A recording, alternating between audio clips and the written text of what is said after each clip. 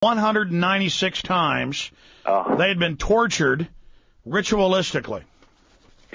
Well, you see, this is, again, something that I've been talking about for a long, long time, and it seems so extreme. I know you have too. It seems so extreme that it's beyond people's ability to grasp that it's possible. But what you're talking about here is something that goes on behind the scenes in secret as a matter of course across the world, because the rituals these people are involved in are absolutely horrendous. And clearly, every now and again one breaks the surface and you can get a glimpse of what is the common thing behind the scenes that seems the rarity, but it's not. It's the rarity when it comes to public attention. Amazing. DavidIcke.com. We're going to take some calls now for David. But we've only got 10 minutes left. But, David, just briefly, what is the time frame? Do you think they're going to hit Iran? If they do, how do you see that unfolding? Well, I tell you what I learned a long time ago, which is kind of, going towards it. I was told that there was going to be a conflict with China. That's where it was leading.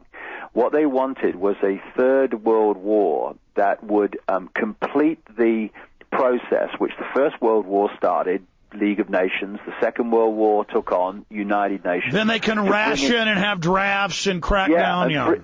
They want to bring in the world government so they can say, hey, look, the only way to stop war, it's like they said about the European Union, let's have a European Union and trade together and then we'll stop wars in Europe. The only way to stop war is to have a world government and a world army. And at the end of national armies, so there's no more war.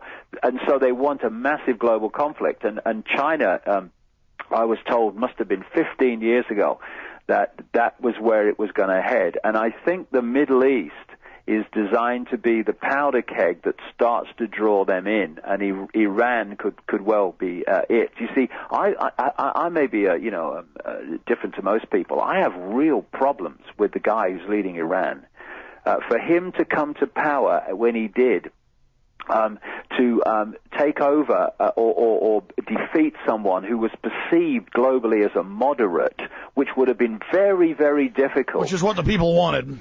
Yeah, it would have been very, very difficult to sell Iran as a danger to the world if he'd have won. But this guy came in and then started speaking the language that allowed them to say, hey, this man's dangerous. I've got great reservations about that. Well, we know Reagan made deals for the arms for hostages. That was all staged.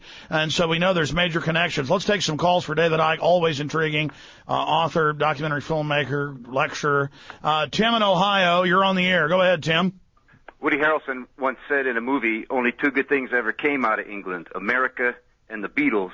I think it's time we update that list to the Watson brothers and you, David Icke. Good to talk to you, mate. Thank you very much. That's very kind. Alex, it was David that led me to you through some of his books. It was sort of like, your Chemistry 101. David was the catalyst, and you were the monomer. And as you know, I've been gum on your shoe for like 6 years now, and I consider you both best friends that I've never met. David, I own 4 of your books. On the bottom of page 206 in The Biggest Secret, there's a picture in the Bohemian Grove of Ronald Reagan and Richard Nixon with the inventor of plutonium, Glenn Seaborg. Yeah. I'd love to see that picture put on one of you guys' sites and people just mass mail it to Michael Reagan and ask him to please explain. Actually, I think we have that photo on Infowars.com. That picture. Well, I mean, that picture was so symbolic of the way that you've got two people. One was a B-movie actor jumping on and off his horse at the time. The other one was a soon-to-be a politician that was taking on Kennedy in the 1960 election. And both, despite those vastly different backgrounds, were both at Bohemian Grove and both go on to be presidents of the United States. And by the way, you forgot that Eisenhower is also in the photo. Yeah, well, I mean, because Eisenhower rose so rapidly in the military, and you only do that, and then to president, you only do that if the right people are behind you. And now we have Barack Obama, of course, bringing in change. I mean, do me a favor, Total New World Order. That was my question. Brzezinski for president, I say. Look, it doesn't matter, Obama. McCain, Obama, but Obama's got the really heavy hitters behind him. He's going to be bad news. Thank you, Tim. But he'll fool a lot of people for one more ride, one more scam. Yeah. You're not going to hear Barack Obama say they're carrying out eugenics against blacks like nobody else. No, he'll be attacked by the white racists, and then, he must be good for the blacks, and then he'll lead the blacks right into the Planned Parenthoods. John in Ohio, you're on the air. Yes, I agree with Mr. Ike that the ultimate target of the neocons is China, and the stepping stones are Iraq and Iran. I totally agree with that. They even said so in the Project for a New American Century. But I think right now the box that the media is trying to keep us in is that there's some kind of difference between Obama and McCain, and I think in a certain sense the greater danger is Obama, because so many people have been convinced through cult of personality that there's some kind of a difference.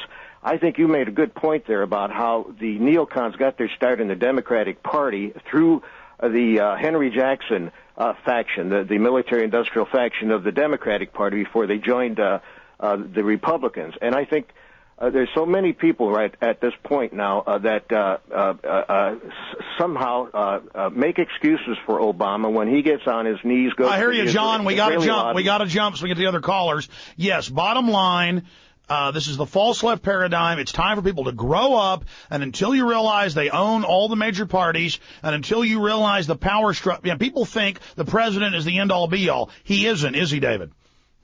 No, I mean the president's a puppet. I mean I have this line. If you can see him, he's not at the top of the pyramid. I mean the people who are really pulling the strings are in the shadows. Probably no one's ever heard of them. The real power. Graham in Seattle. These are just cardboard cutouts who are vehicles to introduce the legislation that changes society in line with the shadow people's agenda. And then we have a debate about whoever they put out in front of us instead of never looking above that to the real power structure. Graham in Seattle.